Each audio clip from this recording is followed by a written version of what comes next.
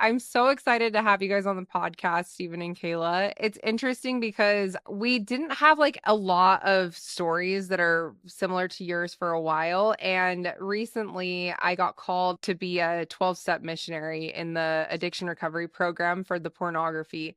At first I was like, oh my gosh, I don't have any experience with this. Like, obviously I have like addiction recovery experience when it relates to drugs, but my husband and I got called and I was like, yeah, like, of course, we were going to do this. And I cannot begin to tell you how incredible this calling is. Like, my heart has been so softened. And every day that we leave those groups, it's actually at the Institute building. So it's younger people. And my husband and I leave every week and we're just like, I cannot believe how much we love these guys that are in this group. And it's a men only group and it's for primarily for the Institute.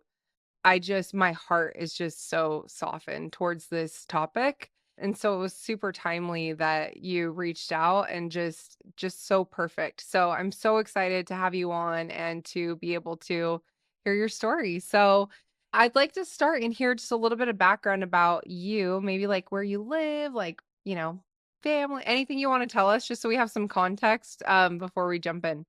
Sure, yeah. We live in Utah County, actually. I grew up in Washington State and I came out here for school and I never left just because Utah's amazing. And I am a nurse. I actually work in psych and detox. So Oh I my love gosh. listening to your stories. Yeah, I do acute medical detox like before people go to like, the 3-month rehabs and stuff. So just kind of helping people stabilize. That is so cool because I work for a software company that does like works with detoxes and stuff like that. So I love listening to your podcast and just seeing how people can get sober and stay sober. Like it's so rewarding to listen to that and like gives me the fuel to keep coming back to work, Right. on hard days. And we have a 2-year-old son. So that's just a little bit about me. hmm I'm Kayla's husband. I work as a software engineer at one of the tech companies here in Utah County. Well, we're just like full circle, like all these things. Like, oh my gosh, we're just related in all these ways. Okay, anyways, go on. Yeah. No, I've lived here basically my entire life. I lived in West Jordan for till I was 7, but then moved to Lehi. I've been in Utah County forever. So yeah, Awesome. that's about it. Cool. Well, let's jump into your story. We can start with you, Stephen. Yeah. So going back to when I was born, I was adopted when I was 3, through LDS Family Services. 3 days old. Yeah, 3 days old. Oh, I was Yeah, like, yeah, wow, okay. yeah. Yes, I don't remember it, but yeah, I was 3 days old. Got 2 wonderful parents in the gospel, and my birth mother was as well. She just wanted to make sure that I had 2 parents to raise me up, and make sure I had, that father figure in my life. Growing up, I was always rebellious, kind of didn't like any rules, whether it was from my parents or, teachers, whatever. And that kind of put me in some rough spots. And one of these was when I was 8, I met a friend, and his older brother was looking on the computer at some stuff and was like, guys, don't go on it. And so we did. And we found pornography when I was 8. And that just took off. That was for 10 years, leading up to my mission. It was always a part of my life, very heavily, since I was 8 years old. And that led into kind of just everything in high school, junior high, elementary school being less spiritual than it probably should have been, and caused more issues than I probably should have had. In high school, got in trouble a ton, smoking weed, law of chastity, and pornography as well. That caused a lot of tension between me and my parents, just because, they're trying to do the best they can as parents and raise me, and I'm doing everything that they are asking me not to do. Hmm. They're stressed, they're pushing me to do stuff, and I'm pushing back. And that kind of pushed me into a more like an agnostic view. It wasn't atheist. It was more agnostic just because I was rebellious. I didn't want to do what my parents wanted to do. So I didn't want to go to church. I didn't want to believe Mhm. in what they believed in. But I also felt like since I had been exposed so early to pornography and I felt like it had just wrecked my life, up till I was probably 14 when I had this kind of thought. I was just like, if there's a God, why would he let like this young kid destroy his life by just stumbling on something? Like we didn't know what we were looking on the computer. He just said, don't go on it. And so I kind of was a little bit mad that that could happen. And then I felt like I had asked as good as I could for help, and it just wasn't, it didn't feel lighter to me. It felt like it just got worse. And, as things came up like Aaronic priesthood and callings in the church, it got worse and worse leading up to those. Or if we were going to go to the temple, it got really bad. And I just attributed that to just, I wasn't being helped. Like if God wanted me in the temple, he would help me get there. He wouldn't let me get, hounded for a week before. And so that kind of put me in a real dark spot. Kind of was doing really bad stuff. I was high most of high school. And senior year, I think my parents had kind of put out the bat signal and just like, can anyone help us? Like, we don't know what to do right now. And my neighbor is actually Emily Freeman, my parents' neighbor. She just kind of invited me over. Her husband was like going up through Young Men's. He was always in there. And she invited me over with one of my other friends that was struggling pretty hard, just in different avenues.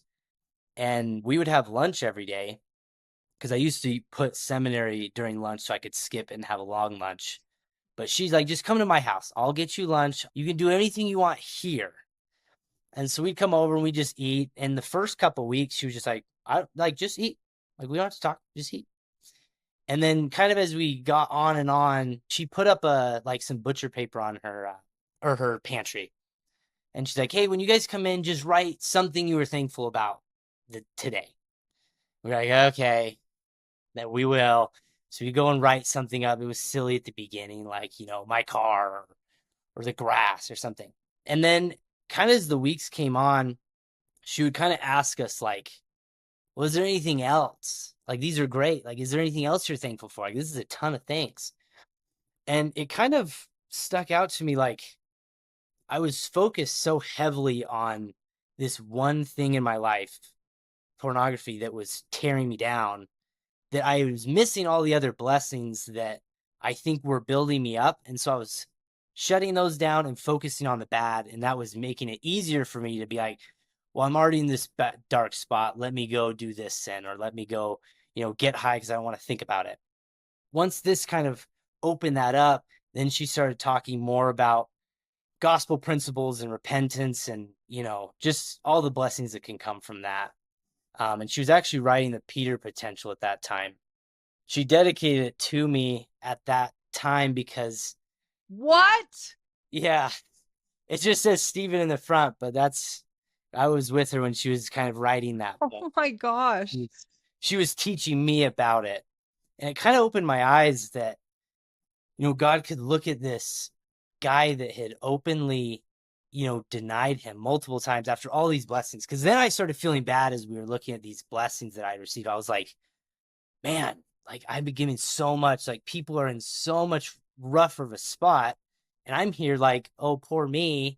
I have this problem. And so it really gave me a glimpse into God's eyes of like, he doesn't care. He met Peter and taught with him. And yet Peter 3 times said, no, I don't know that guy. Like that's, to me, that would be so hurtful if someone did that to me. But it shows the Christ-like love that he has for us, that even if we deny him as many times as we do, he'll always let us come back and keep blessing us. And so that kind of softened my heart. And along with many other people, like my young men's president, Cameron, who helped me up through this, it got me into the path where I'm like, I need to go on a mission. I need to teach people about this. Like, there's people out there that are feeling just like me that need this enlightenment, need this hope, something to believe in.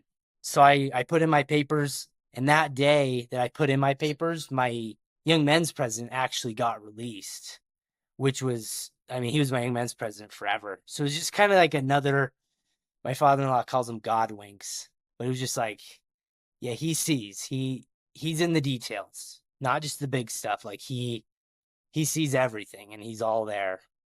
And that's when I went on my mission to Georgia, and I had a great time. I was blessed with not having any urges or temptations out there with pornography. And I know some people do, and I expected to have them, and I didn't, which I count myself lucky for that. But great mission. And then I came home and kind of got back into some bad habits. They kind of talked about, like, when you leave a mission, you leave that mantle or whatever, and it is real. And I felt that leave, and I kind of got disheartened by that and slipped back in. And when I did that, it was probably 6 months after, I got to get back on track. I went into my YSA bishop, and I sat down with him, and I'd had conversation with repentance before with previous bishops. I sat down, I just kind of told him everything I did, and I was like, I feel terrible that I've done this after being a missionary. Like, I went and taught people for 2 years, and then I come back and do it that quick. He said something that kind of, it rubbed me the wrong way, I guess. But he was like, yeah, I don't think you're ready to repent. I don't know why you're here. So I can't do anything for you. Obviously, everyone's human. Bishops are not supermen. But it kind of was like, dang, like my bishop doesn't even believe that I can change, I guess, or fix this. And so that just pushed me farther into the hole. Got back with bad friends, doing the same thing, smoking weed, drinking, partying, law of chastity, and I just kind of dove out. I was like, if the bishop says that, I'm done for right now. I didn't lose my testimony in Jesus Christ. I just said it, I'm not living this way for now. I honestly I got to a point about a year and a half after where I was like, I don't even think I can get married in the temple. So I'm just going to date whoever. Because at that point I was like, well, I still had glimmer that there was going to be a girl I could take to the temple eventually. And so I met this girl who was non-denominational, and she was awesome. And we dated for probably a year. And we got to a serious talking point where it was like, all right, what are we doing? Like, are we going to move forward in this, or like, are we kind of just stagnating? And her parents were ex-Mormons. They got excommunicated years back. Really nice, but she was definitely not a fan from everything she'd heard. And she said, well, if we get married and we have kids, you're definitely not bringing them to church, because I don't want you to brainwash them. So I'll get to handle them at church or on Sundays. And I was like, what? So I was thinking to myself, I was like, because at first I was like, okay, I think we could do it if we did split. Like, I could just take the kids, you could do whatever you wanted. But when she said that, I thought to myself, well, what do I really want in a family? Like, is it just me going to church? Like, is that what the gospel is about? And so I said, you know what, I need to think about this. So a week went by, and then we met up again. And I said, well, I really like you. But, and I know I haven't been living this, because she knew I wasn't living the gospel. And I said, I know I haven't been living this. You might call me a hypocrite or whatever. But I said, it really opened my eyes last week that what I want in life is to have an eternal family. And I want to raise my kids in the gospel. I want them to have that joy. And I can't give you, you want me to give you, and you won't be able to give me what I need. So I said, I think we're done. And it was really hard, because I think up to that point, I had never had a connection like that with the girl. It was all purely carnal or transactional or whatever. And so it really was tough. I remember calling actually my old young men's president. He's like, Stephen, this is one of those mature moments you get to make. He's like, I don't think you'll go wrong either way. You'll be fine if you choose to marry her or, progress further. But he's like, I think I think you need to pray and figure out what's the best call here. And I did get that answer. And I told her that, and it didn't go well, but I think it lit a fire in me that said, okay, I do know what I want. I may not be in the spot to, I guess, receive that, but I said, I know what I want now. And I received that testimony that I do want this eternal family for me. And I believe it can happen. And so I said, okay, I'm done with this party life. So I at least put away those things. I don't think I was living totally gospel oriented, but I did put away the things that I felt like were numbing my ability to feel the Spirit. So I was probably doing good on the good, better, best scale. I think I was doing good for about a year, just kind of going with the flow. I would go to church every once in a while. And then I can't remember exactly when we were sitting talking. I can't remember what did it, but there was a moment of weakness where I just hopped onto one of the dating sites. It may have been a bad date or just feeling like I couldn't find a girl that would accept me for all the things I had done. Hopped on a dating site, met up with a girl, and I had a pregnancy scare, which I had never had before. And I think it was like the last straw in me that kind of was like, all right, like you are really testing the waters with like teetering on this life, like choose a side. So I had a real come to Jesus moment. I was living just flatline. Like I wasn't doing bad. I was just doing. And so I think that allowed Satan to kind of come in and be like, hey, it's okay. Like just go on that site. Just swipe. Like just, it's okay. And so I ended up talking to my coworker at work, Jordan, and we kind of were just like, well, what do we want? We were in a garage, like a car bay. So we were just shooting the wind, and I was like, I want an eternal family. He's like, well, what do you got to do to get there? I was like, I got to find a girl that can accept me for me. Like, I feel like I could accept anyone for anything, but it felt like to me, nobody could accept me. And he's like, well, like, I don't know, just get the LDS dating app, Mutual, and just try. And I was like, I know, I've been on there. Like, I didn't have luck. Like, we'd get talking and, I'd scare him away because I was rebellious or I'd done XYZ. And he said, oh, no, just try it. So I downloaded that night.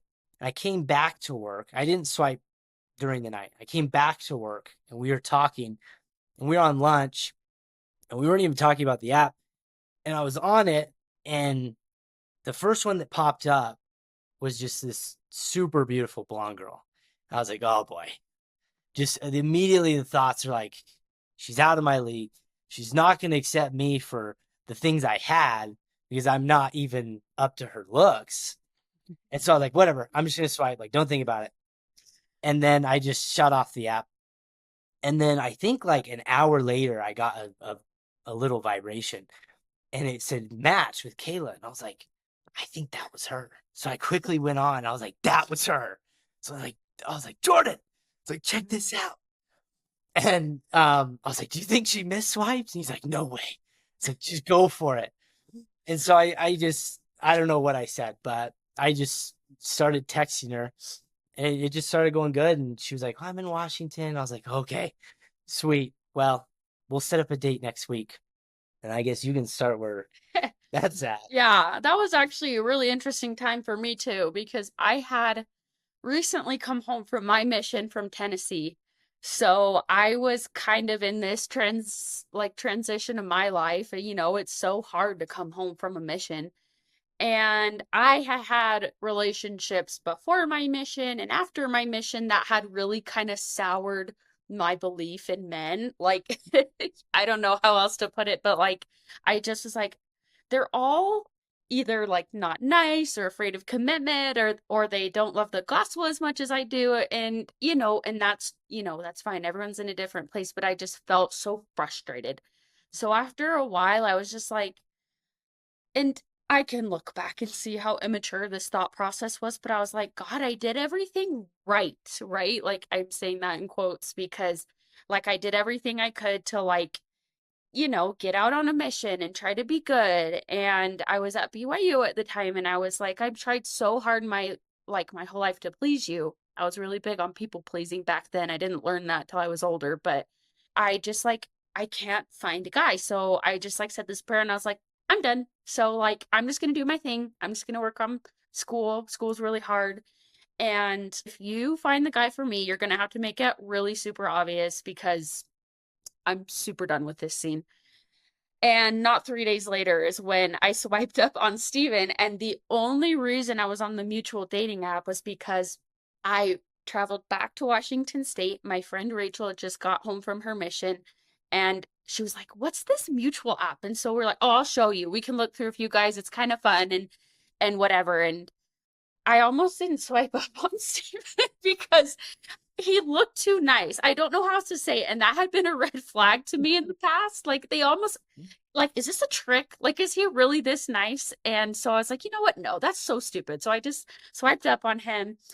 When he messaged me, he would like text me back really fast. And I was like, oh, he is too nice. Like there's something so fishy here because he's such a nice guy. And he just was. A lot of emojis. And you used a lot of emojis. Like, I don't know.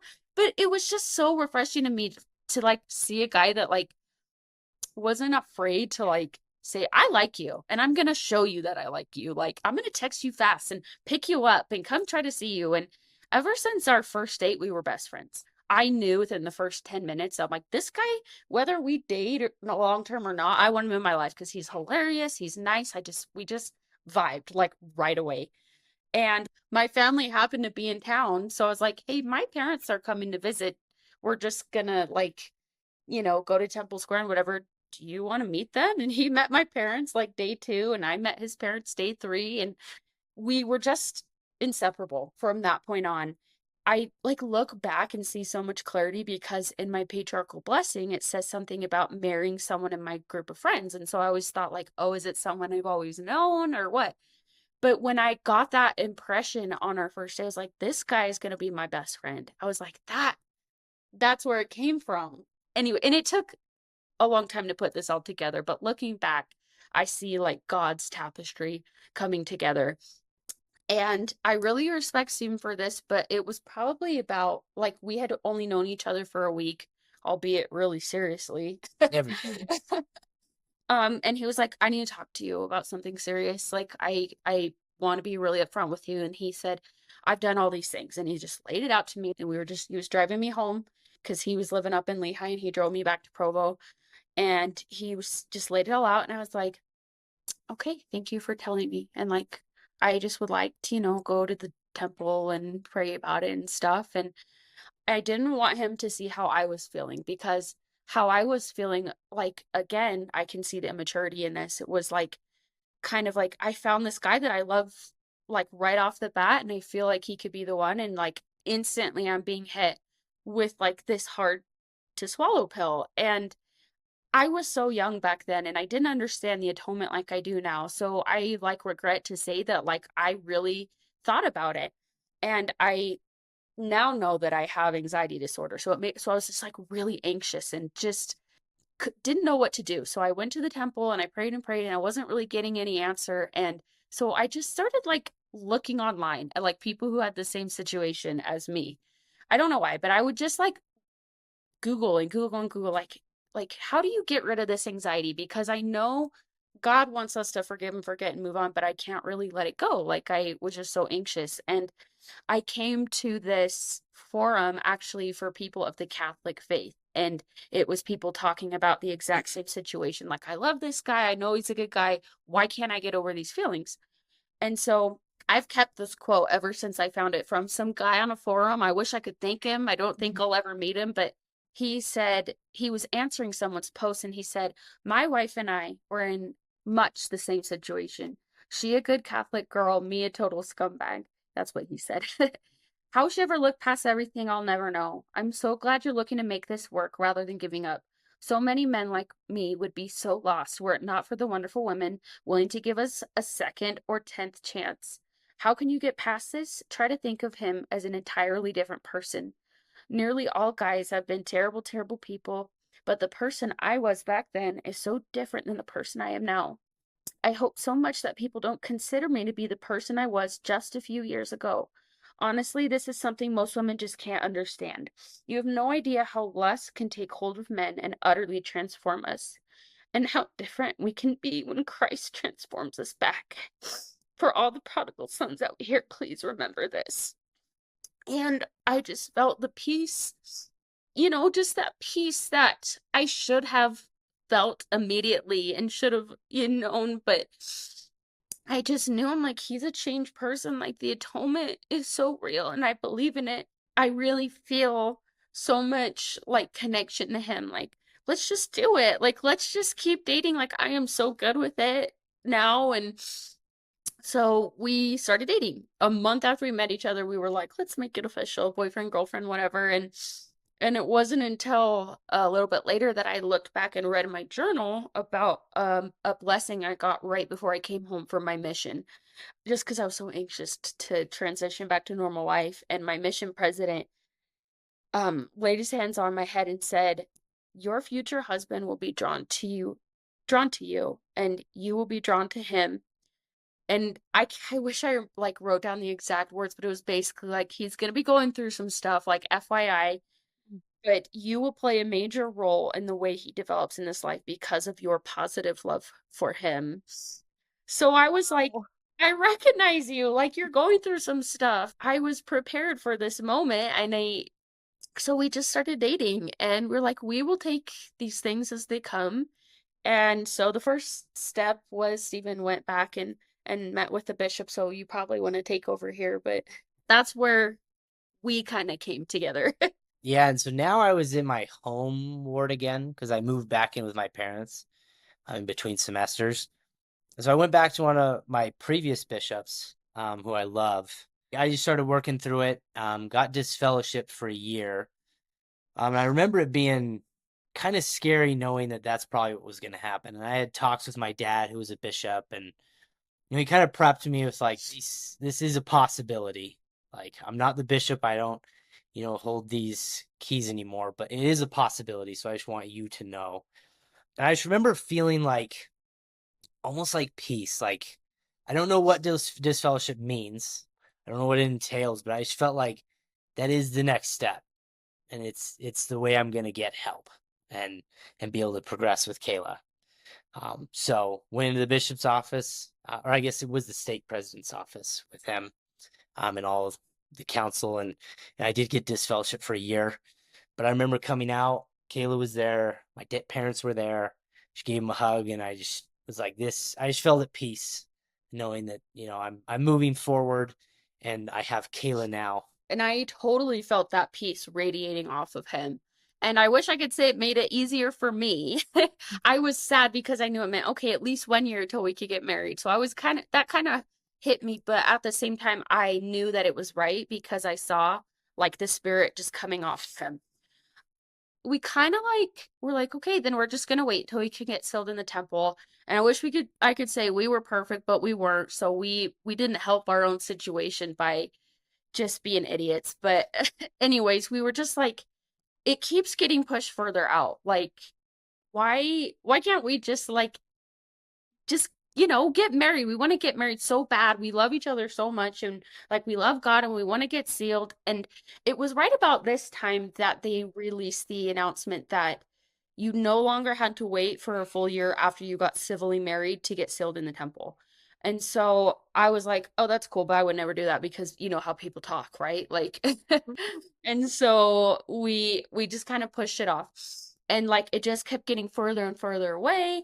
And we were just like, let's just do this. Like the quickest way from point A to point B, from dating to being sealed in the temple, might be through a civil ceremony.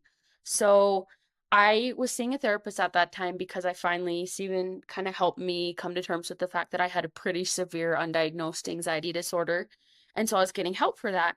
And I was talking with her, and she was through LDS Family Services. Stephanie, I love you, like so good. And she was like, so what are you afraid of? I was like, people talk. Like I knew what people said about people when I was growing up, like in Washington State and here, like people love to talk. And I was like, I just can't live through that embarrassment and that shame. And she was like, why? And I was like, in the therapist way, right? Like, explore why you're feeling that way. And you're like, you know what? Like, why? Exactly right. Like, why am I feeling this way? Like, this is our way to get to the temple. So, like, I don't know. So, I left my therapy session early in the morning. I was driving to work and I was listening to a conference talk. I wish I knew which talk it was. Like, it was so overwhelming for me. It was a woman talking about how her husband and her either were converts or recently reactivated or from being less active or whatever, but they were married civilly and then sealed in the temple. And I remember feeling the Spirit so strong saying, like, it's okay to do that. God knows your heart and why you want to do this. And it's okay. Like, he didn't say you have to do it this way, you have to do it this way. This feeling was just, if this is what you want to do, we love that. Like, that was kind of the feeling. So we got married in July of 2019 in Stephen's grandma's backyard, and it was an awesome day. Like, just one of the best days ever. So, and I felt no shame. Like, I posted pictures. There was no temples in our pictures, so everyone knew. And I just like felt like God knows you, and it doesn't matter what anyone else thinks of you. And it was like a big growth moment for me because I was Man, my much. heart. I'm so proud of you right now. That was so beautiful. Oh my gosh, Anyway, sorry. hard. No, thank you. Like it sounds so silly looking back, knowing what I know now, and after we've matured, how we've matured. Stephen was already there. I was the one who had this immature, like image obsessed thought process. But looking back, I'm like, duh. So, anyways, yeah, we got married and everything was good for a while until it wasn't, as these things tend to go. What I noticed first was my guy, who was almost too nice to swipe up on and texted me back too fast. He was different. Like, Steven was not as like attentive and patient and kind. Like, he was just, I knew it wasn't him. Like, in my soul, I'm like, this is something's up here. There's like a darkness in our house. And Wait, so pause. So when you guys were dating and going through all of this and engaged and everything, Stephen, did you have any issues like at that time with pornography, or was it like, what was it like then? I don't remember any.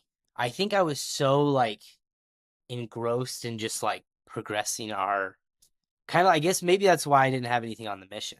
I was just so invested in like getting to the next step, like the next date, the next whatever milestone it was. So maybe there was, but I don't remember them. Mm-hmm. I just remember being so hyper focused. So maybe that's why after the marriage, it was like, yeah. okay, we did it.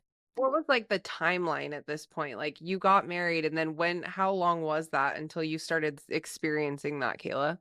It was probably about 3 months in, to be honest. Like, definitely before a year. Like, I started putting a finger on something that was off, but I didn't know what. And I didn't even think about pornography because when we talked, he had told me everything he'd done, and I said, "Okay, so is pornography a part of that?" And he said, "Yeah, it's been a part of that." And I said, "Okay." And that was all we talked. I had no idea the length of time, the severity of how hard it was for him. No idea, because I was like, "Whatever, we're moving forward, so cool." Like, and like most young, not naive, but kind of LDS newlyweds, you think that pornography won't be a problem once you're married. And we just didn't know what we didn't know. And obviously, it didn't go away. And so I feel like after about a couple months of pushing, you finally told me, and I did not handle it well. And I hope that the women who listen to this learn from my mistakes, because I think I was justified in feeling, oh, I know I was justified in feeling hurt and blindsided, and just that, that intimate, feminine part of me just felt so betrayed. And I didn't learn till later that what I was experiencing was betrayal trauma.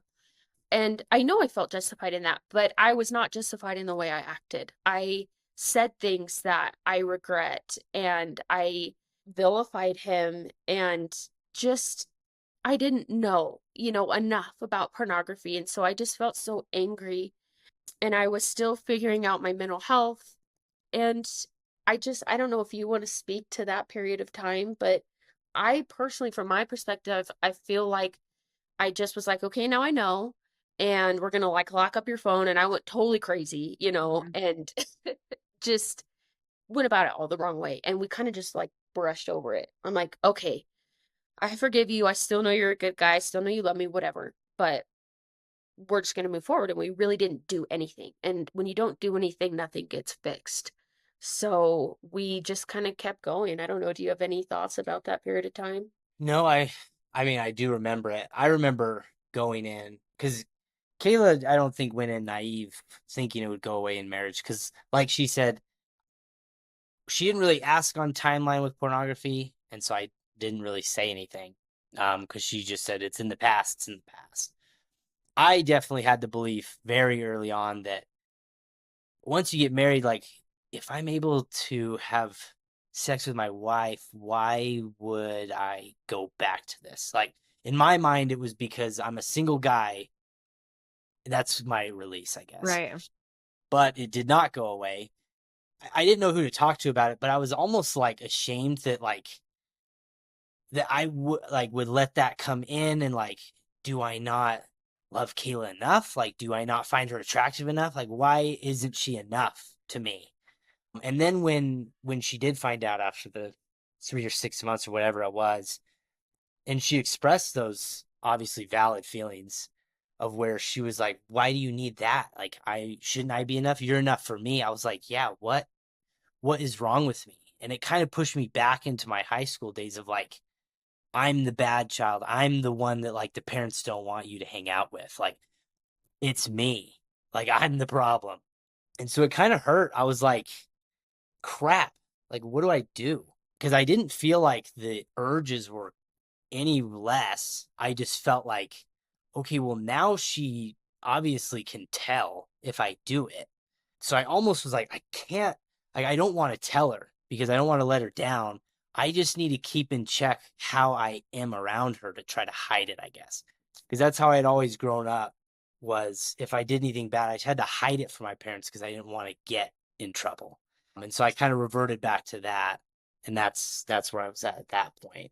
Yeah. And so I tried to educate myself on it, and actually experienced a lot of growth through this because I learned about how, the dopamine pathways and the reward circuit in your brain, and pornography is like a drug addiction in that way. There's a part in Stephen's brain, and this goes for all honest good men who are struggling with this. There's a part in the brain for the love and attraction for your wife, and then there's a completely separate department for pornography, and it has nothing to do with me.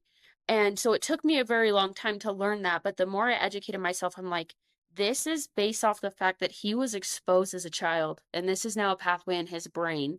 And it has nothing to do with me, my appearance, his love for me. So I learned how to not feel, hurt in that intimate, wife, feminine place. But what hurt me from there on out was the dishonesty. I'm like, okay, because we had this big sit down. I promise you, I will never be mad at you for telling me if you slip. I will be mad if you conceal it. And I will be mad if you treat me poorly because of what's going on. And so I was like, great, we're in this great place because he'll just tell me now because the consequences are going to be none for telling me, right? Like, and obviously like still we didn't fix anything. Like you have to fix the root of the problem, and we just didn't. But we just kind of went down this path this way, and we had ups and downs, and he would tell me and he wouldn't tell me, and we would, sorry, I forgive you, let's move forward. You think it's good, a couple months later it's not. And during one of those really good periods, we got sealed in the temple, and he was totally worthy, and it was a totally beautiful day, but the ups and downs kept coming. So about 2 years in, after I had went through all this emotional education, what's pornography, as best as I could as someone who's not an expert, right?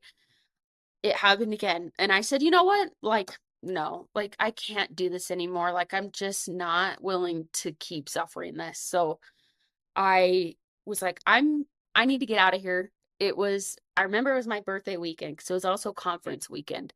I already had plans with my sister who lives up north. So I'm like, I'm going, you stay. We need to get some space. And when I was up there, I was like, I can't believe I'm going to say this, but I'm going to ask him for a divorce. Like I was so hurt, and all I could feel was anger. And so when you feel anger so strongly, you cannot feel the spirit. the spirit is the still small voice, and anger is very loud. So, I went up there and I just said, this is what's going to happen. And I had kind of told him, like, you need to be prepared. I texted him, so you need to be prepared for what's going to happen when I get home. And I was just talking to my mom about it and my brother. So I went on my mission in Knoxville. My brother went to Nashville. So we kept in Tennessee, but like he was up there in Tennessee. And my mom had messaged him on this Sunday and said, you need to pray for your sister like now. Like it's getting really bad really fast. And he had this distinct impression to message me and say, you need to turn on conference now, right this second. And I was driving home and I was so angry at Stephen and at God and at myself for being, feeling like an idiot. I was like, I can't do this. Like, I'm so mad. But you know what? Like, my brother asked me to, and he's trying so hard on this mission. He's such a good missionary that I'm just going to do it. And when I turned it on while I was driving home, literally driving home to our apartment in Provo to like say our marriage is over, the talk that was on at that exact moment was Elder Gong's talk called Trust Again. And the spirit came over me so strong that was like, you can trust him again. And the whole thing was about various forms of betrayal and specifically marriage problems and pornography and loss of trust with your spouse was talked about. And the spirit was so strong that our marriage could be mended. And so instead of driving all the way home to Provo, I got off on the Lehi exit because he was watching conference with his family. And I said, okay, I'm ready to talk. Like, I'm in a better place. And so we talked. And I know you had a very spiritual experience during that weekend as well. Yeah. So obviously there was another bout of dishonesty, and it came out, and it was like the last straw. And I don't blame her. She skipped over quite a few times that there was dishonesty. And I remember sitting down like, this is serious. This is it.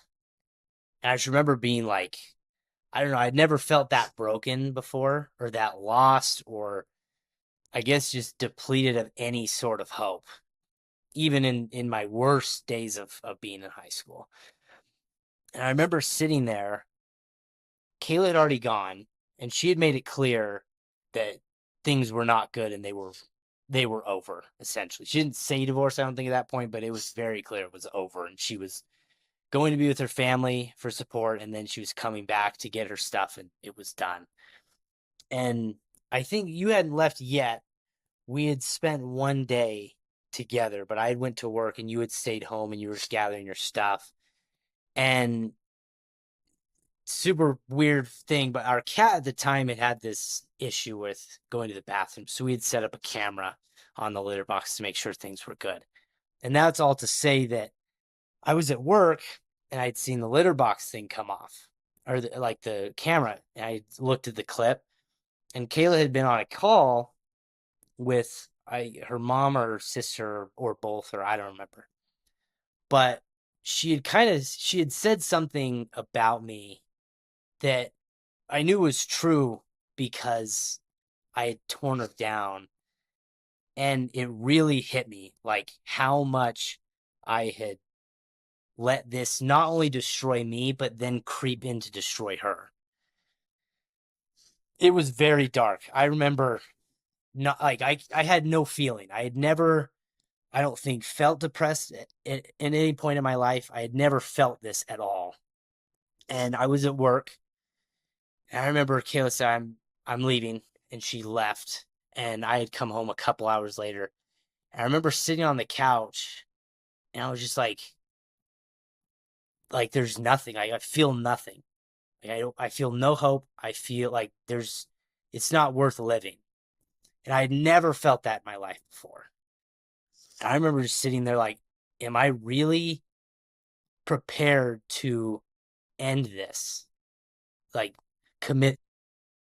And I remember I didn't have any sort of trepidations. And that was very scary because, like, I knew my own self was like I was okay with it. And what was weird is when I was okay with it, I'd felt peace. So I was like, maybe this is the right answer. Like I'll be able to, like Kayla will be able to move on and I'll be able to get out of this. So I was just going back and forth. And then I don't know if I had texted Kayla or our mom or someone, but Kayla's mom called me and I don't remember what she said.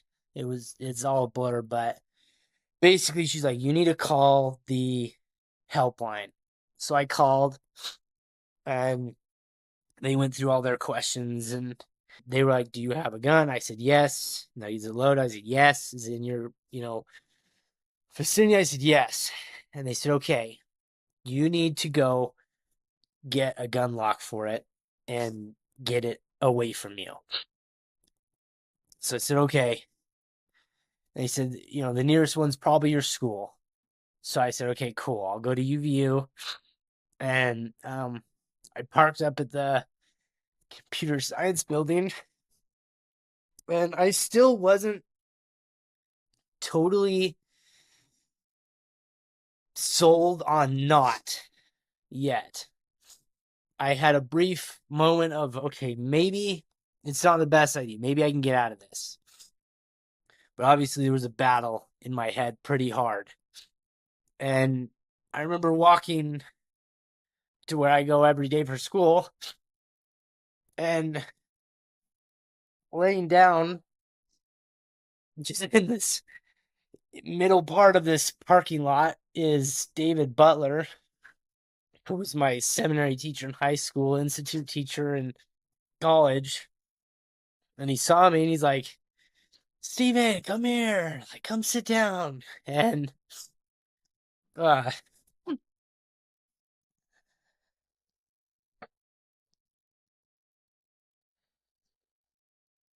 remember he just stood up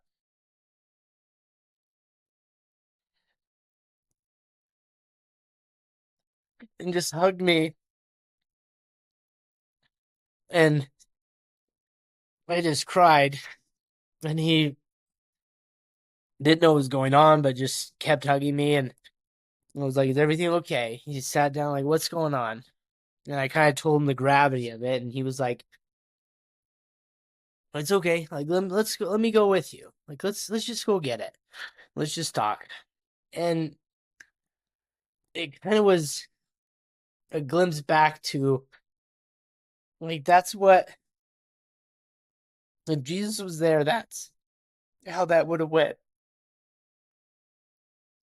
And he went over all the, things like, you're needed here. Like, this isn't a coincidence. Like, if this is over, it's over, but we can get through this. And so we talked for a couple hours, and I'm sure I wrecked his whole day of whatever he was going to do, but he brought that hope back. And so I got back, I locked it up. I think I took it to my parents' house or where, I don't remember where. But I came back and was like, that's not the answer. So I prayed a lot. I still was feeling rough. And conference was on. I think it was a morning session, but it was Jeffrey R. Holland's talk. I can't remember what it's called. Do you remember what it's called? The Greatest Possession, I think. And there was nothing in it totally that stuck out, but he kind of talked about being all in, and I just felt like at the time I had long hair. It was down to my waistband, and I kind of got the sense of, like, is your outward appearance showing what you are feeling inside, I guess. Not that long hair's bad. I have it right now. But at the time, that was the thought. And I said, maybe I need to go cut it. Like, I just need to make a change, I guess. Maybe that was more of the ideas. I just need to make a change. And the only thing I could do really was cut my hair.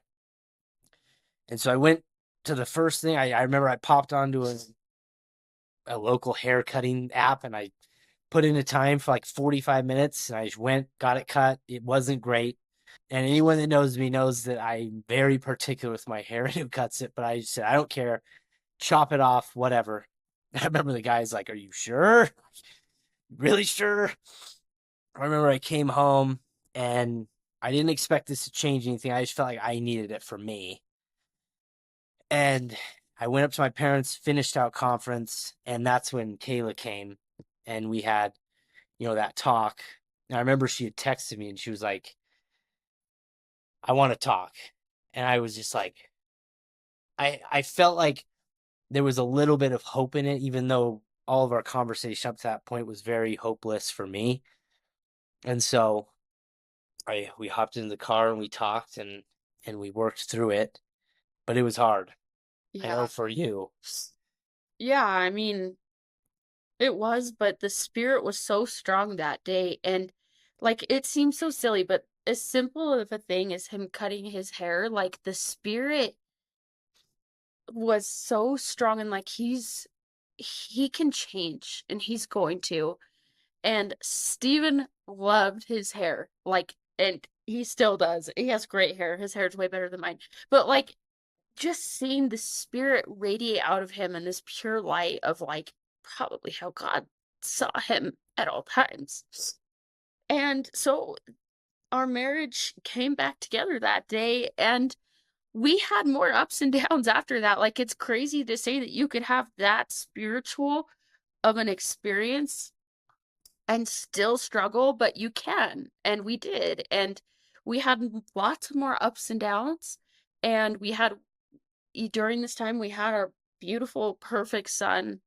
And the thought that he almost wasn't here because our marriage didn't stay together is horrifying to me, because he's the most beautiful person on the earth and we love him so much. And we even had big ups and downs similar to that one. And I remember after a big down, you were like, "You know what? No, like, I can fix this." And he found us a therapist, and we went to marriage therapy and individual therapy, and so much healing happened in that time because we finally started addressing the roots of the problems in our marriage and the roots of the problems that made you incline towards pornography, and just exploring childhood stuff and Steven's identity. Like, I had never considered the fact that, like, he had that identity. It didn't come out till very within the last year or two that he's like, "I actually see myself as a bad person,"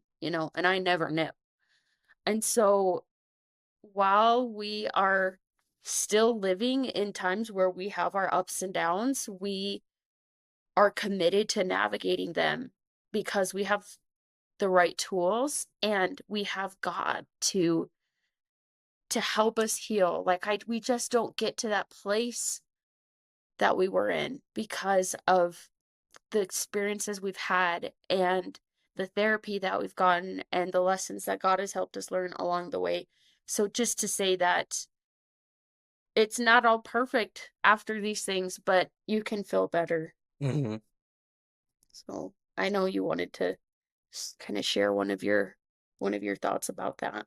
No, yeah. I mean, and being not perfect, a week ago, there was another instance of not being truthful with her.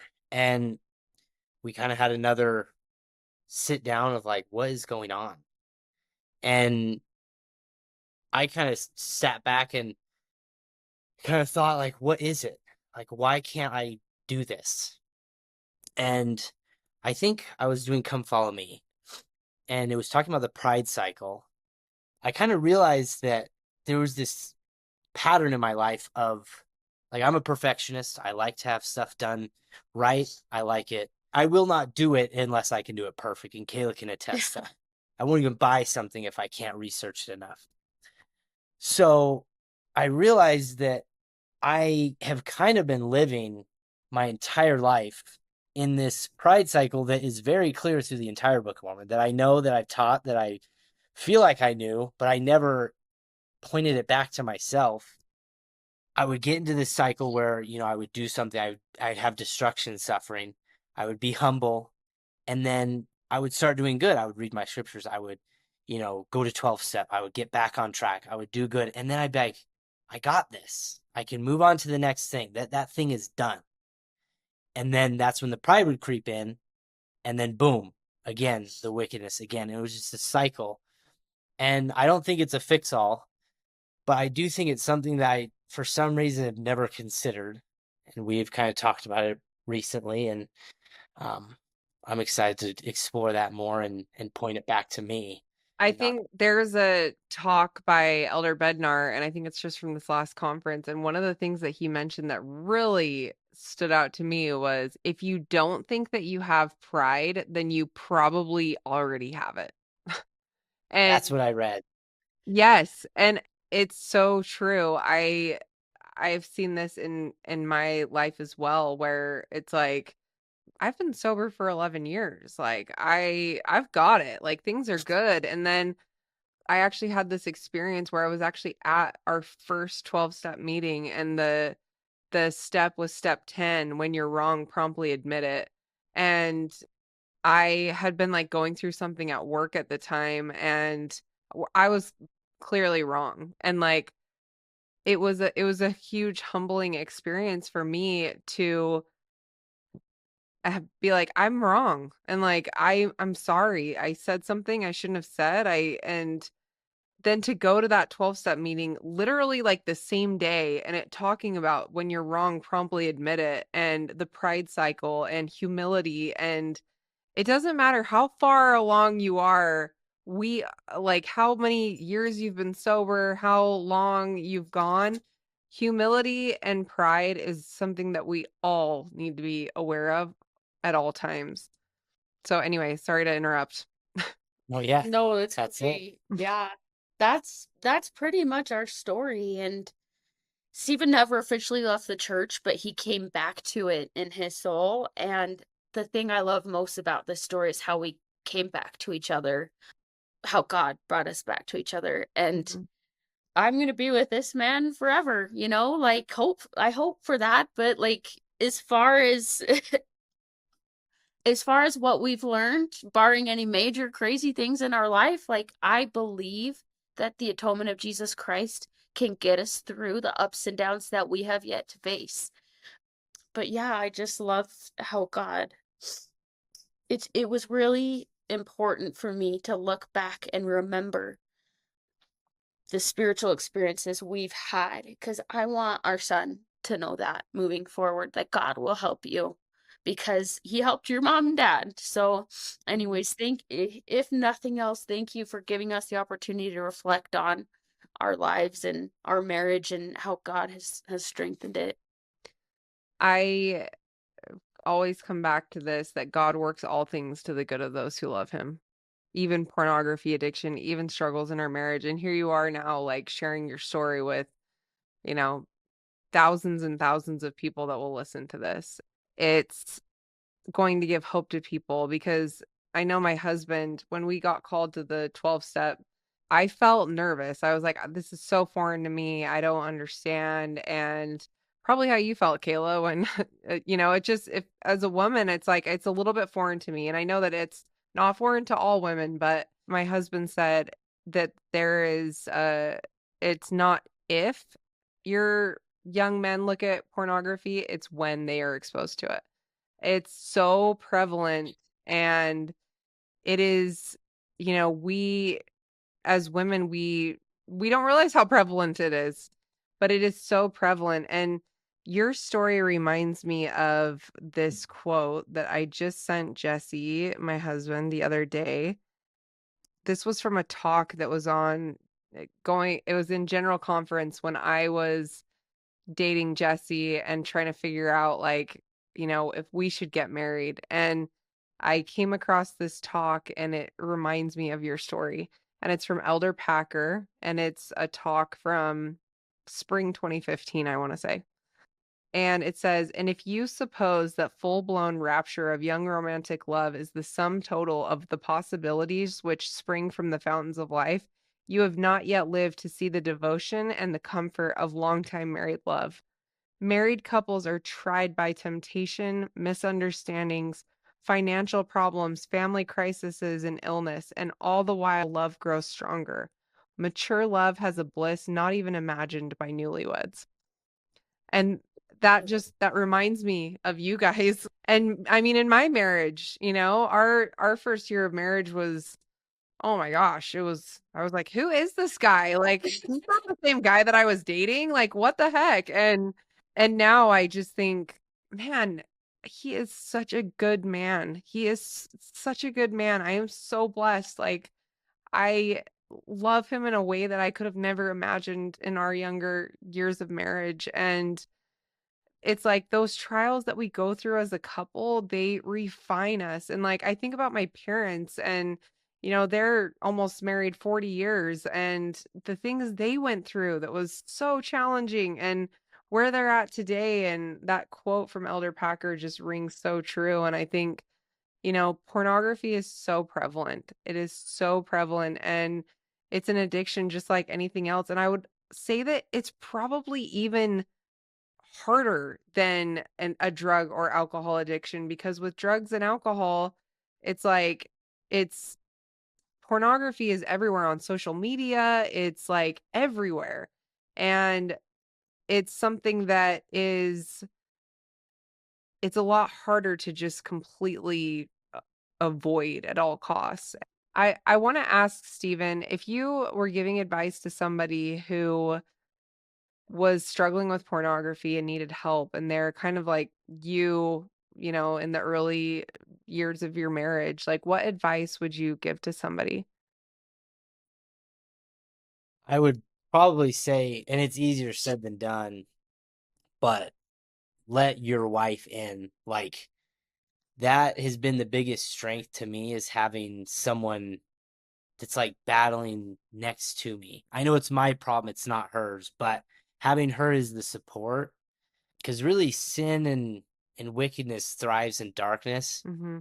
And Kayla's pointed that out to me before, and I know I haven't kept to it, but it really does. If you don't bring it out, it kind of festers, and then like it's just a cascading snowball effect of making it worse. So Mm-hmm. let her in. Yeah, I love that. And Kayla, what advice would you give to a wife who maybe just found out about her husband's pornography addiction, is just blindsided and doesn't know what to do? What advice would you give her? I think first and foremost, don't say anything. Like, think about what you want to say. And Stephen is a good man, so he forgives me for my reaction when I found out. But I just, that's such a big feeling to take on. Like, you just need to think through it for a second.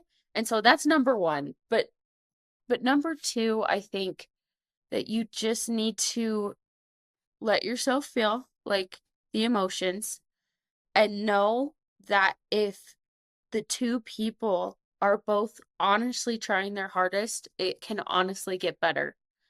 And I don't think God would have been mad at me if we didn't end up together, if I had made that decision. But I think he knew that I would want to be with Steven when I got past those hard feelings because I love him so much. He's so fun. He's my best friend. And so I just want you to know that now you can't be the only one trying, and he can't be the only one trying. But if you're both trying, you can make it work. And it's going to be so hard and so uncomfortable. It's like almost hard to put into words. We just are different together on the other side of it. So if you want to make it work with your husband, you could do it if you're willing to put in the hard work and let God and the atonement and most likely professional resources that God has ordained, therapy, if you are a person who needs medication, whatever, if you will use your resources that God has given you, like you can totally do it. And I wish someone had been there to say to me, like, it gets better on the other side of this and you will be glad that you stayed. And I hesitate to say that because I do think there are some women that are justified in leaving if their husband does not respect them and want to be better the way Stephen wanted to be better and wants to be better every day. And even though we still go through ups and downs, they're like fewer in between. They're not as frequent, they're not as serious. Like he talks about like, oh, a week ago, but like it really is so it doesn't occupy the space in our life that it used to. And we know how to handle it now. It just takes that time. It gets better. Jared Halverson talks about, if anyone or you guys, if you've heard the talk by Jared Halverson called Don't Let a Good Faith Crisis Go to Waste. It talks about the creation, fall, and atonement is the story arc of life, and how, when we're dating, we're like so excited, like everything's perfect and amazing. And, and then we go through the fall where it's like, oh, this is hard. This is so hard. And then there's the atonement where it's like, oh, because of all that hard, like things are actually more beautiful now. And that is the story arc of life. Like you have, just everywhere. You find out you're pregnant and you're like, oh my gosh, so amazing. And then you go through like 9 months of like sorry, this one's fresh for me. And so you go through 9 months of just the most horrific throwing up all the time, like just can't roll over in bed, like all the things. And it's so hard. And then your baby gets here and it's like, oh my gosh, all that hard was like worth it. He talks about like a missionary. They're called on their mission. They're stoked, like, let's do this. They go out on their mission and they're like, oh crap, this is hard, and then they complete their mission and they're like, wow, that was amazing. And that's the story arc of life. I think that looking at you now, like life is never going to be perfect. We're going to have challenges and trials and lessons learned. And, like I was telling you earlier about this humbling experience I had at work that just like, man, it just like wrecked me. And I'm like, what is my problem, man? And it was so humbling for me. And here I am, like, it's been a couple months now, and I'm like, man, I'm actually really grateful that I was humbled in that way. Like, I needed that. And it was something that, God worked that to the good for me. And, there will be things that come up in the future where it's going to affect me and it's going to be hard and I'm going to be humbled. But, um, it's so incredible to hear how you guys are in a place now where you can see the hard and you're like, hey, we know how to handle this. This is something we can do and we can get through. And you're so inspiring, like so inspiring. And I am so glad that you reached out and I'm so glad that you guys came on the podcast, and your story's so needed. And I think about just like your story of how you went through this just awful, hard time. But like now you're here and you're sharing your story, and there's going to be people that listen to this that think like, man, that helped me so much. There's somebody that's gone through what I'm going through and like, look where they are. And so anyway, thank you guys so much for taking the time and coming on the podcast. Of course. Yeah. Thank you for having us. Yeah, thanks so much. A lot of people have asked us how they can support the podcast, and we have created a Comeback Podcast merch line on our website, www.comebackpodcast.org. All of the money made from the merch goes right back into the podcast. So if you are interested in supporting the podcast, and you want to purchase some merch, we would love it. Check it out. Thank you so much for being a supporter of the Comeback Podcast and listening to our episodes. It would mean so much to us if you would like and subscribe to our YouTube channel. It helps other people be able to find us, and we want to share this message to everyone.